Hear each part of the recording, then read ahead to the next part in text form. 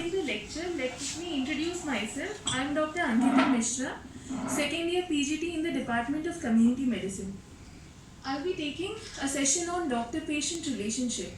You all have completed more than 6 months of internship and you all know how important is this topic.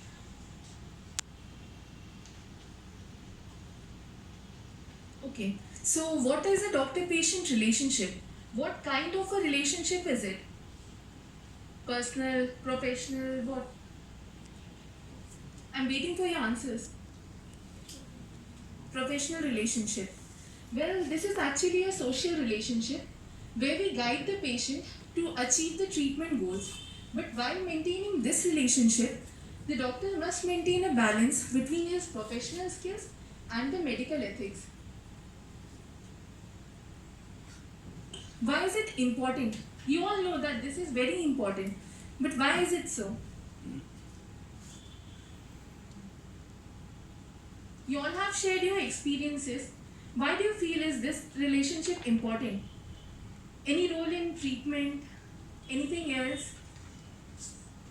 Anyone wants to say something? Treatment and medical legal. Yeah. The treatment part is definitely there, but what we are more concerned about is in the year 1995, the medical profession has been included under the Consumer Protection Act.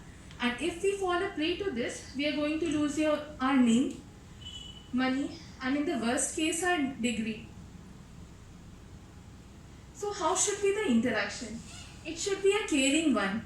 We must show our concern towards the patient. Our attitude should be a problem-solving one. Who is this person? Dr. House. Yeah, Dr. House. And we must counsel the patient using various diagnostic tests and investigation reports. Like one of you said, right? You explained the patient that why are the tests necessary before prescribing medications. Then there are 4 types of doctor-patient relationships. What we usually see over here in government setup is that of paternalism, where the doctor exercises a higher control compared to the patients. This is because the patient over here, they do not have the equipment to take the correct decision. And even in certain cases where a patient is suffering from a serious illness, he may not be able to decide which treatment suits him better. In that case, you need to guide the person. But with the proceeding era, we are moving to a different relationship, that is consumerism, where the patient control is high. The patients come for doctor shopping, like you said. They demand for certain medications, certain tests. Another type of relationship is a default relationship, where neither the patient nor the doctor is interested. And this is a type of dysfunctional relationship.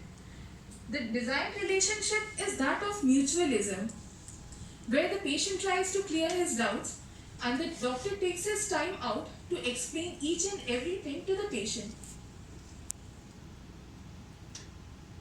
So how to improve these relations? You need to effectively question the patient regarding his or her problems. You need to actively listen to what the patient is saying without being distracted by your mobile phones. And then you need to think deeply about the problems the patient is mentioning. Then you need to summarize what he has just said in order to gain his confidence. Praise the patient for a desirable behavior and then give him information about his disease and the possible treatment options available. You need to exercise good interpersonal skills to gain confidence of the patient and to counsel him in choosing a better treatment. So if you do not maintain a healthy relationship, what will happen? First of all, the patient treatment will be compromised. As a result, the patient will not comply to your advices. As a result, the patient will develop distrust and this will ultimately lead to a bad treatment outcome. And you will land up being angry, frustrated and lost. Thank you.